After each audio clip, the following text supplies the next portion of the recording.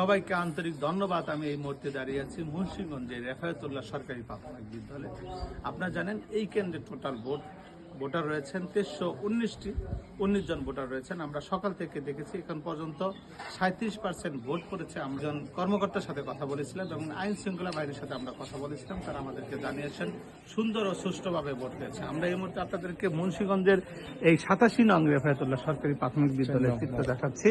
আপনারা দেখতে পাচ্ছেন এখানে আইন শৃঙ্খলা বাহিনীর লোকজন সুন্দরভাবে ডিউটি পালন করছেন এবং এখানে কোনো বিশৃঙ্খলা নেই।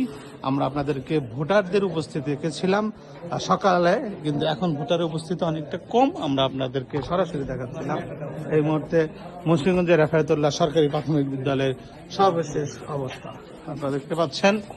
এই মুহূর্তে মুন্সিগঞ্জ রেফায়েতুল্লাহ প্রাথমিক বিদ্যালয়ের সর্বশেষ অবস্থা। সবাই ভালো থাকবেন ও সুস্থ থাকবেন এবং নিরাপদে থাকবেন এই কামনা শেষ করছি।